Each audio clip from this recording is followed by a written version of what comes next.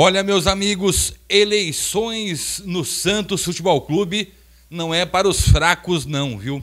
Eu tô aqui para te contar um pouquinho dos bastidores, de tudo que eu sei de eleições do Santos, o porquê surgem esses ataques entre os candidatos, o porquê chapas são ou tem a tentativa de serem impugnadas. Eu acho que eu devo essa explicação para vocês, até pela minha experiência dentro da cobertura do Santos Futebol Clube, desde a eleição de 99. Desde a eleição de 99. Acho que eu devo isso a vocês que estão me assistindo nesse momento. E por que eu puxei esse assunto hoje aqui pra gente, cara? Pelo seguinte, 2 chapas foram denunciadas por duplicidade na lista de conselheiros, né? São 150 nomes, mais 30 suplentes, né, que concorrem junto com a chapa, com o candidato à presidência, a uma cadeira no Conselho Deliberativo. Foi a chapa número 1 do Ricardo Agostinho e a chapa do Vladimir Matos, que é a chapa número 2.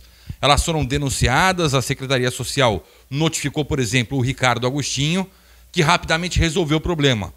Fez a troca do nome, a duplicidade é algo normal, natural, eu vou te explicar já por que ela acontece dentro das eleições do Santos. Então foi trocado o nome, ponto final, substituído, ainda no prazo estatutário, está valendo, foi validada a candidatura do Ricardo Agostinho. O Vladimir Matos, ele não foi notificado ainda pela Secretaria Social do clube, até pela comissão eleitoral que existe no Santos, né?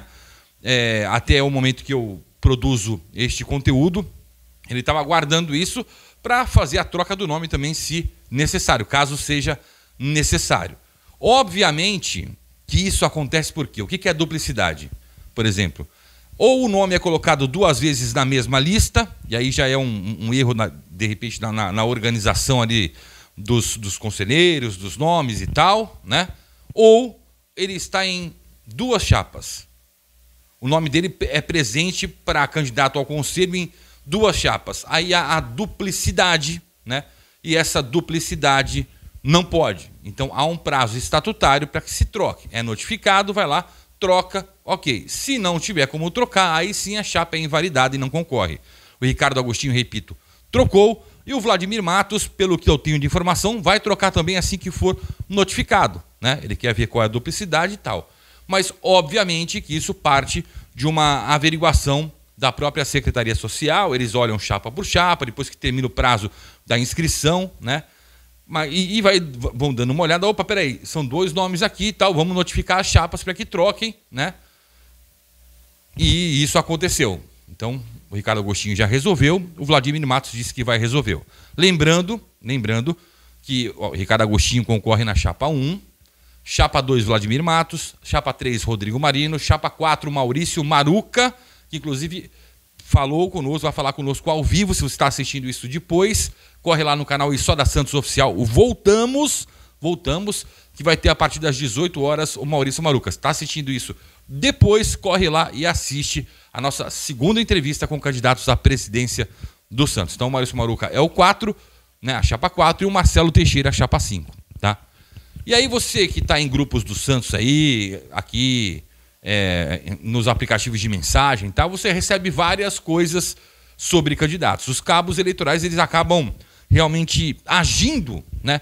Buscando, cavucando coisas que são ditas, postadas, que são feitas, né? Contra o candidato oponente, adversário na eleição. Isso é normal. Gente, sempre foi assim. Eu já cobri diversas eleições no Santos Futebol Clube. Eleições complicadíssimas, que tiveram que ser adiadas por falta de segurança, que depois teve gás de pimenta, quebra-quebra. Eu já cobri muita eleição no Santos, então eu estou falando com propriedade para vocês, tá? Isso é normal. Normal. Vai aparecer, de repente, vai puxar um de outro, o outro de um, e vão puxando. E aí, quem é o prejudicado? O sócio. O cara que vai ter que decidir o futuro do Santos nos próximos 3 anos. Porque esse candidato vai começar a se defender das acusações, né? O que é natural, e vai utilizar espaços para se defender, ao invés de apresentar propostas para que o sócio decida. Então, é uma situação chata, mas é normal nos bastidores do Santos. Isso é pouquinho que aconteceu até agora, perto do que vai acontecer até o dia 9, dia da eleição.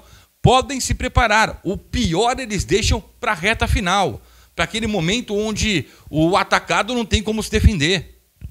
É assim, funciona assim eleições no Santos. E não são os candidatos, geralmente são os cabos eleitorais. E não é algo que a gente vai mudar, gente. Isso a gente não muda. O sócio tem o direito de mudar no voto os destinos do clube, observar a melhor proposta, quem é que vai botar o time para andar, porque o resto que se dane é o time e a nova arena. O resto que se funique. Essa é a verdade. A gente não tem que ficar discutindo, mas será que vai ter dinheiro, não vai ter dinheiro?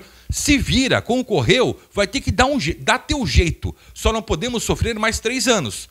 Porque se o próximo presidente, o presidente eleito entre esses 5, sentar na cadeira, porque dia 9 é a eleição, dia 11 começa já a transição, tá?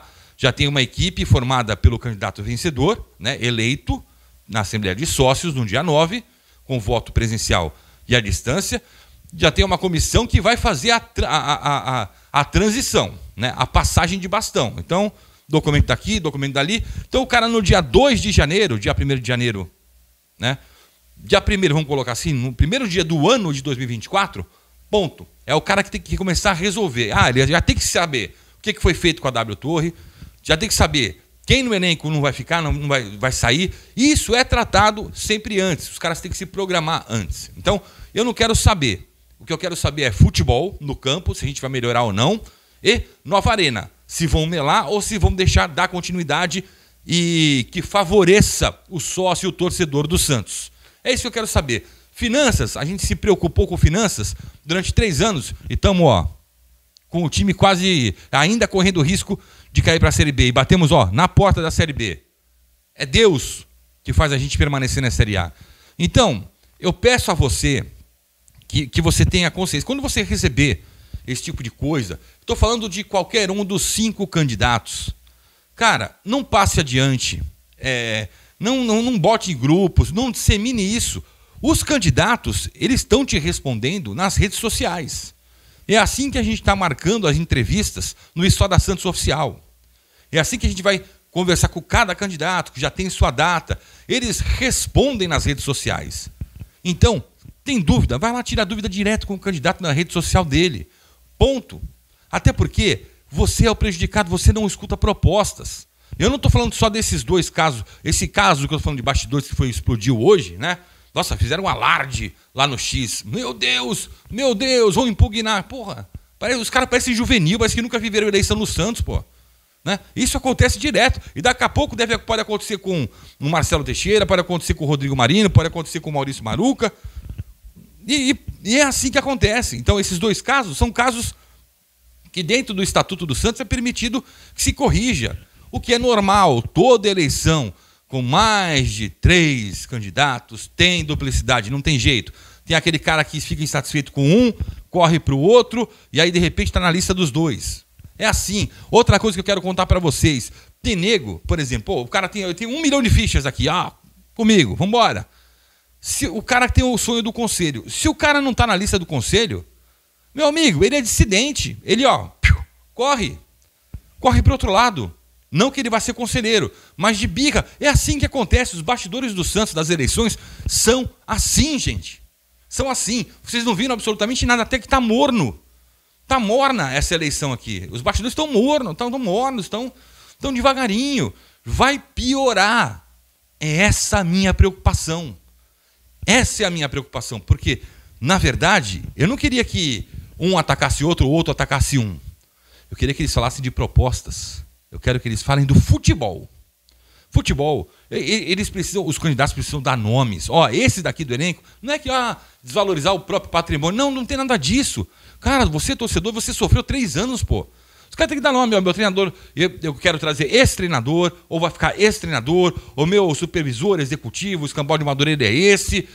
Esses daqui não vou ficar, esse aqui eu vou atrás. E é assim que funciona. Tem que funcionar, na verdade. Mas não funciona da pior maneira possível os bastidores das eleições do Santos. Não é só uma marca registrada das eleições só do Santos. É em qualquer time de futebol.